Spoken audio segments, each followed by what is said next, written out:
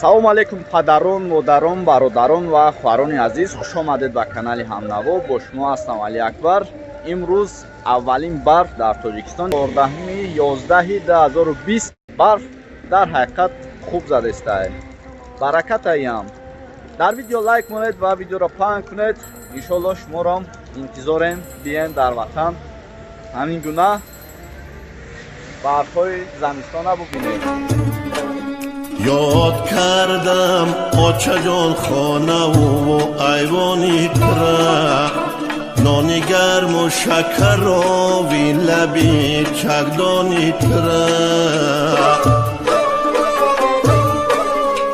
شیشتنای لبی باب دیده پزمانی تره، خنده های شکرین و لبی خندانی تره، در دلی باغ پدر جلوه و جولانی تره.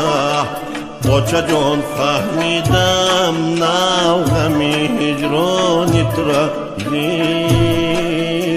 باچه جان ای آچه جان، باچه جان ای آچه جان، باچه جان ای آچه جان، ای آچه جان جان آچه جان.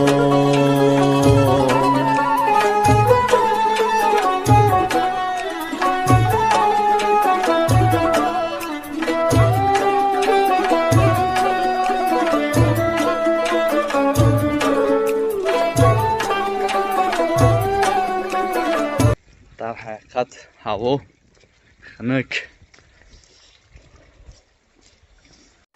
канали мо дар сомонаи YouTube Ҳамнаво обуна шав ва аз видеоҳои нав бохабар бош.